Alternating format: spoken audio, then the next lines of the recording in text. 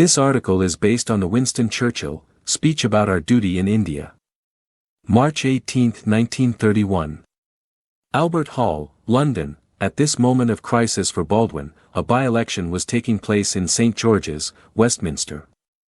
At one point Baldwin considered resigning his seat and standing as a candidate, but in the event the pro-Baldwin banner was carried by Duff Cooper against an anti-Baldwin candidate vigorously supported by Beaverbrook and Rothermere. The impact of this meeting at the Albert Hall just outside the constituency was overshadowed by Baldwin's attack the same evening on the press lords, whom he condemned as seeking power without responsibility, the prerogative of the harlot throughout the ages. The phrase came from Baldwin's cousin, Rudyard Kipling. It was devastating. Duff Cooper won easily and Baldwin's leadership was preserved. I think it hard that the burden of holding and organizing this immense meeting should be thrown upon the Indian Empire Society. One would have thought that if there was one cause in the world which the Conservative Party would have hastened to defend, it would be the cause of the British Empire in India. One would have expected that the whole force of the Conservative Party machine would have been employed for months past in building up a robust, educated opinion throughout the country, and in rallying all its strongest forces to guard our vital interests. Unhappily all that influence, and it is an enormous influence, has been cast the other way. The Conservative leaders have decided that we are to work with the Socialists, and that we must make our action conform with theirs. We therefore have against us at the present time the official machinery of all the three great parties in the state. We meet under a ban. Every member of Parliament or peer who comes here must face the displeasure of the party whips. Mr. Baldwin has declared that the three-party collusion must continue. And in support of that decision he has appealed to all those sentiments of personal loyalty and partisan feeling which a leader can command. Is it not wonderful in these circumstances, with all this against us, that a few of us should manage to get together here in this hall tonight? Our fight is hard. It will also be long. We must not expect early success. The forces marshaled against us are too strong.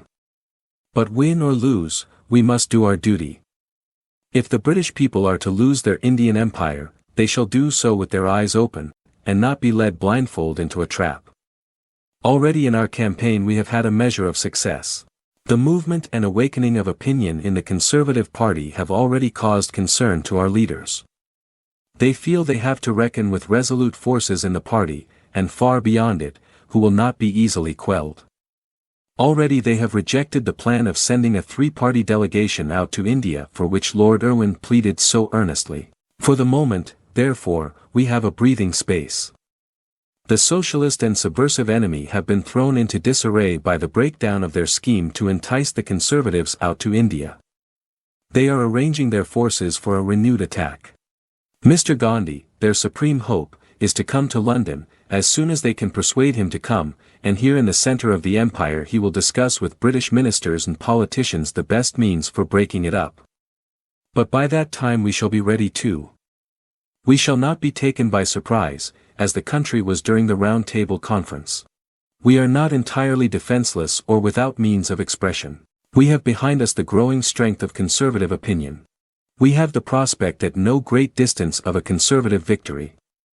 Nothing will turn us from our path, or discourage us from our efforts, and by the time Mr. Gandhi has arrived here to receive the surrender of our Indian Empire, the Conservative Party will not be so ready to have its name taken in vain.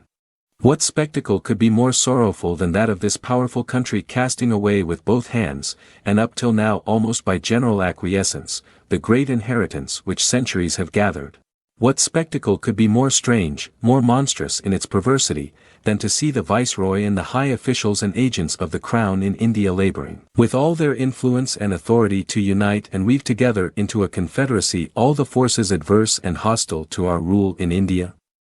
One after another our friends and the elements on which we ought to rely in India are chilled, baffled and dismissed, and finally even encouraged to band themselves together with those who wish to drive us out of the country. It is a hideous act of self-mutilation, astounding to every nation in the world. The princes, the Europeans, the Moslems, the depressed classes, the Anglo-Indians, none of them know what to do nor where to turn in the face of their apparent desertion by Great Britain.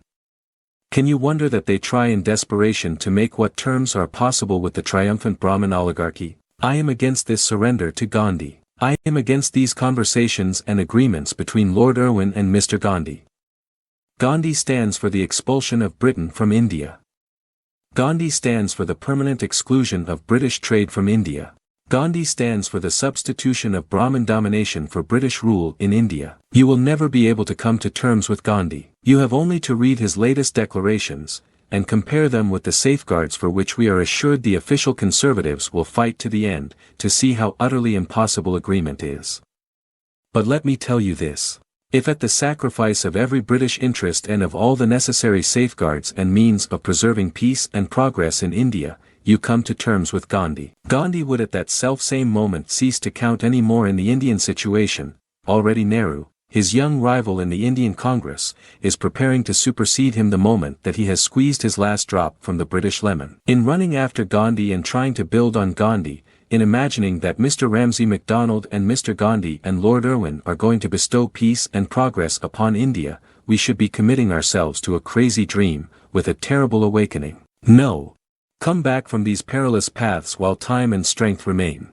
Study the report of your own statutory commission headed by Sir John Simon and signed unanimously by the representatives of all the three parties in the state. Let us take that as our starting point for any extensions we may make of self-government in India. It is very wrong that the vast majority of conservative electors throughout the country, and the vast majority of all those who are acquainted with and have practical experience of India, and of that enormous mass of patriotic people not attached to any party, should have these vital questions settled over their heads by an agreement or an understanding between the two front benches in the House of Commons, and have their future settled as if they were a lot of sheep. We are told that three-party unity must be preserved at all costs. What does that mean? Up to the present it has only meant one thing, namely, that the Conservative Party has had to toe the socialist line, and has been dragged at the socialist tail. Here are these socialists, maintained in office only on sufferance or by intrigue, expecting all other parties to serve them, and to dance to their tune. We are here tonight to say, no, that shall not be. We have a right to our own convictions. We are entitled to act in accordance with them. We will certainly make our faith apparent by every means in our power, and in every quarter of the land.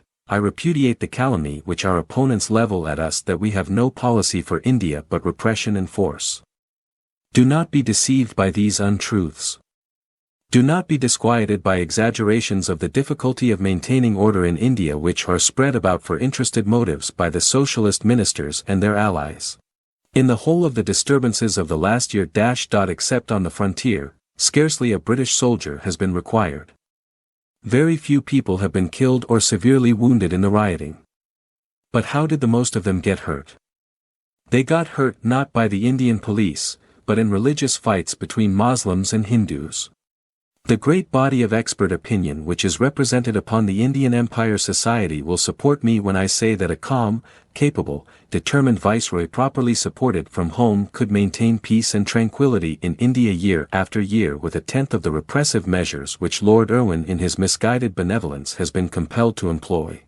Neither is it true that we have no constructive policy. We take our stand upon views almost universally accepted until a few months ago. We believe that the next forward step is the development of Indian responsibility in the provincial governments of India. Efforts should be made to make them more truly representative of the real needs of the people.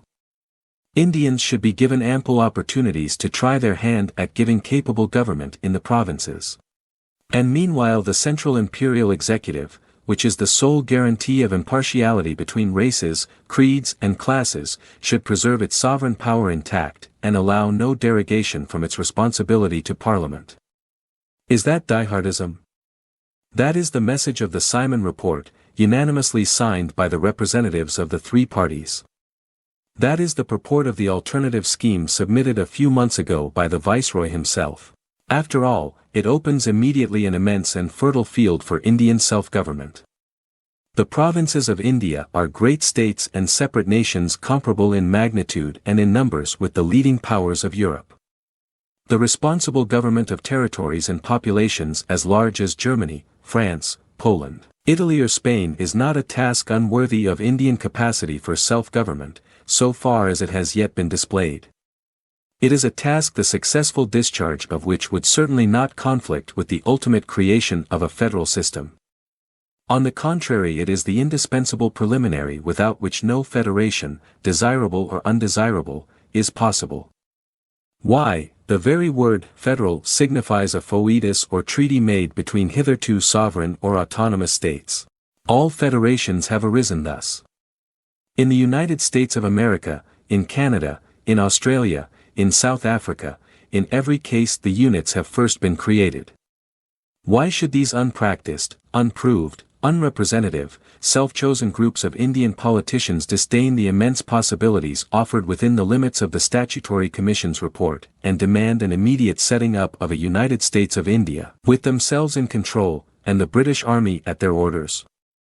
Before a federal system for India could be set up, there must be first the self-governing constituent provinces, and secondly, far greater, more real, more representative contact between the Indian political classes and the vast proletariat they aspire to rule. Even Europe cannot achieve such a united organization. But what would be said of a scheme which handed the federal government of the United States of Europe over to political classes proportionately no larger than the inhabitants of Portugal, and no more representative of the needs and passions of a mighty continent than the inhabitants of a single city like Rome? Such are the follies we are forced to expose. We therefore resist upon the highest experience and authority the viewy hysterical megalomania of the Round Table Conference. Why is it that the principles of government and lessons of history which we have learnt in our experience with the great self-governing dominions, which we have learnt in Canada, in South Africa and in Ireland, apply only in a limited degree to India? It is because the problem of Indian government is primarily a technical one. In India, far more than in any other community in the world, moral, political and economic considerations are outweighed by the importance of technical and administrative apparatus.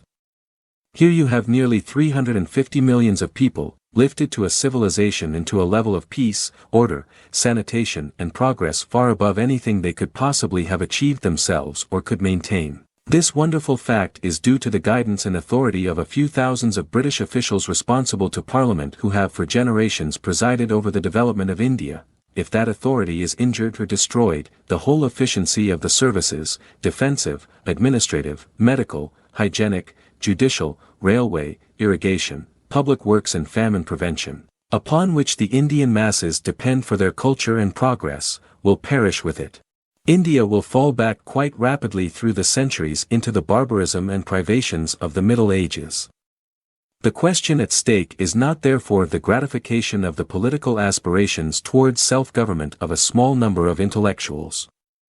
It is, on the contrary, the practical, technical task of maintaining the peace and life of India by artificial means upon a much higher standard than would otherwise be possible.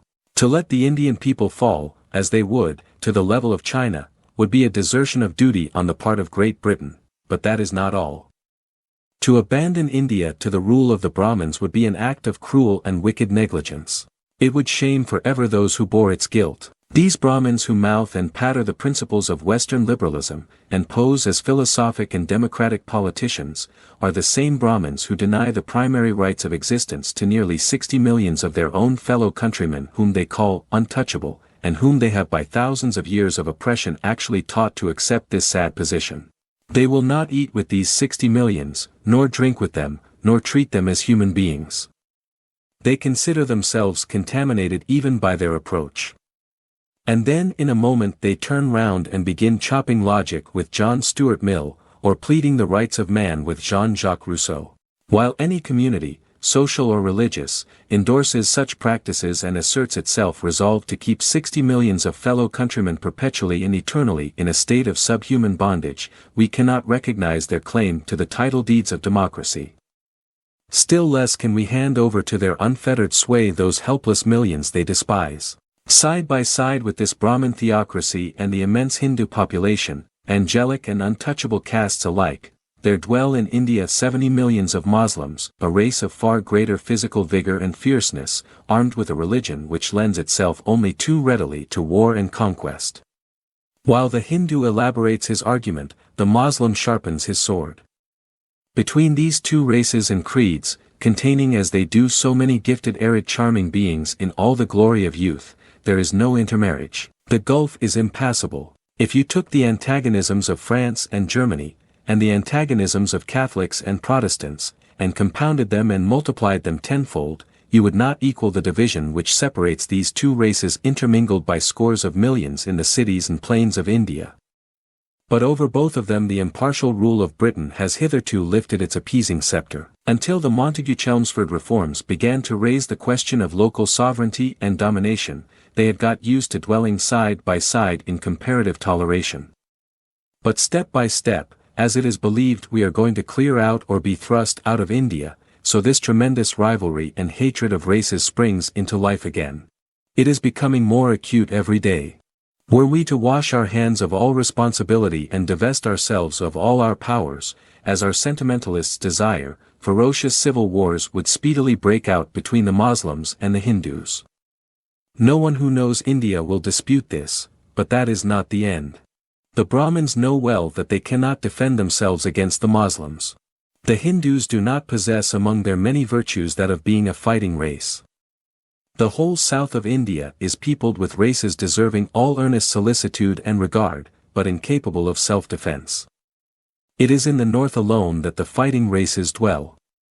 Bengal, for instance, does not send from her 45 million inhabitants any soldiers to the native army. The Punjab is a place where fighting races dwell, on the other hand, and the Pathans, together with the Gurkhas and the Sikhs, who are entirely exceptional sects of Hindus, all dwelling in the north, furnished 3/4 of the entire army in the time of peace, and furnished more than 3/4 of it in time of war.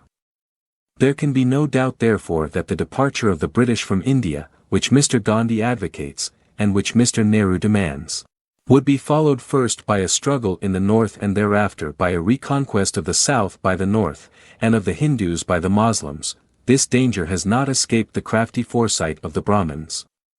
It is for that reason that they wish to have the control of a British army, or failing that, a white army of Janissaries officered, as Mr. Gandhi has suggested, by Germans or other Europeans.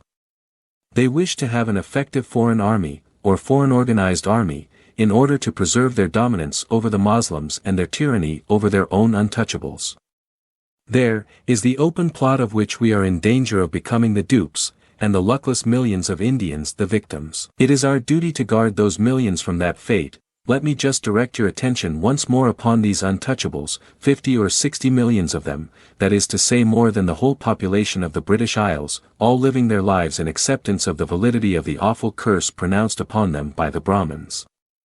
A multitude as big as a nation, men, women and children deprived of hope and of the status of humanity. Their plight is worse than that of slaves, because they have been taught to consent not only to a physical but to a psychic servitude and prostration. I have asked myself whether if Christ came again into this world, it would not be to the untouchables of India that he would first go, to give them the tidings that not only are all men equal in the sight of God, but that for the weak and poor and downtrodden a double blessing is reserved. Certainly the success of Christianity in missionary enterprise has been greater among the untouchables than among any other class of the Indian population. The very act of accepting Christianity by one of these poor creatures involves a spiritual liberation from this obsession of being unclean, and the curse falls from their minds as by a miracle. They stand erect, captains of their fate in the broad sunlight of the world. There are also nearly 5 million Indian Christians in India, a large proportion of whom can read and write, and some of whom have shown themselves exceptionally gifted. It will be a sorry day when the arm of Britain can no longer offer them the protection of an equal law. There is a more squalid aspect. Hitherto for generations it has been the British policy that no white official should have any interest or profit other than his salary and pension out of Indian administration. All concession hunters and European adventurers, company promoters and profit seekers have been rigorously barred and banned. But now that there is spread through India the belief that we are a broken, bankrupt, played-out power, and that our rule is going to pass away and be transferred in the name of the majority to the Brahmin sect, all sorts of greedy appetites have been excited, and many itching fingers are stretching and scratching at the vast pillage of a derelict empire. I read in the Times newspaper, in the Times mind you, only last week of the crowd of rich Bombay merchants and millionaire mill owners, millionaires on sweated labor, who surround Mr. Gandhi, the saint, the lawyer, Lord Irwin's dear colleague and companion. What are they doing there, these men, and what is he doing in their houses? They are making arrangements that the greatest bluff, the greatest humbug and the greatest betrayal shall be followed by the greatest ramp. Nepotism, back-scratching, graft and corruption in every form will be the handmaidens of a Brahmin domination. Far rather would I see every Englishman quit the country, every soldier, every civil servant embark at Bombay, than that we should remain clutching on to the control of foreign relations and begging for trading facilities, while all the time we were the mere cloak of dishonor and oppression. If you were to put these facts, hard, solid indigestible facts, before Mr. Ramsay MacDonald or Mr. Wedgwood Ben, or Sir Herbert Samuel, they would probably reply by pointing to the follies of Lord North in the American Revolution, to the achievements of Lord Durham in Canada, or to what has happened in South Africa or in Ireland. All the socialists and some of the liberals, together with, I am sorry to say, the official conservatives, have got these arguments on the tip of their tongue. They represent all of us and the millions who think with us, and the instructed Anglo-Indian administrators on whose advice we rely, as being mere dullards and reactionaries who have never been able to move with the age, or understand modern ideas. We are a sort of inferior race mentally deficient, composed principally of colonels and other undesirables who have fought for Britain. They are the sole possessors and monopolists of the spirit and of the message of our generation. But we do not depend on colonels, though why conservatives should sneer at an honored rank in the British Army I cannot tell. We depend on facts. We depend on the private soldiers of the British democracy. We place our trust in the loyal heart of Britain. Our faith is founded upon the rock of the wage-earning population of this island which has never yet been appealed to, by duty and chivalry, in vain. These great issues which arise from time to time in our history are never decided by the party caucuses. They are decided by the conscience and the spirit of the mass of the British people. It is upon the simple faith and profound unerring instinct of the British people, never yet found wanting in a crisis, that we must put our trust.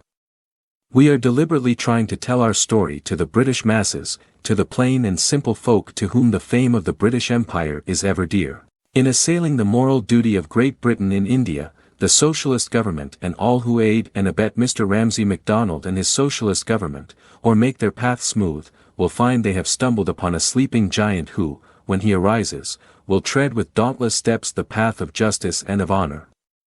This article is based on the Winston Churchill speech about our duty in India. March 18, 1931. Albert Hall, London.